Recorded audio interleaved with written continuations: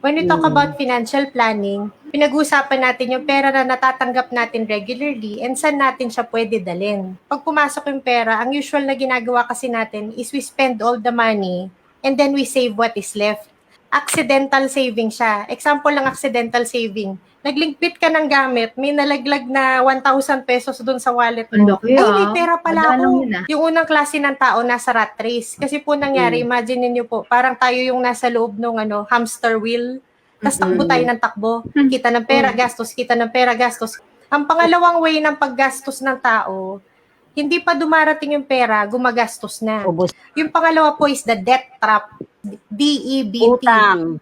Natatrap po sa debt kasi, ay darating naman yung pera, magbabayad ako. So dating pera, bayad, utang, gastos. Dating pera, bayad, utang, gastos. So natrap na po tayo. Yung pangatlong way, yun po yung road to financial independence. The third way is to save and invest a portion of your money and then to spend the rest. Meron pa pong way para mas lumayo pa yung yung powers ng pera natin.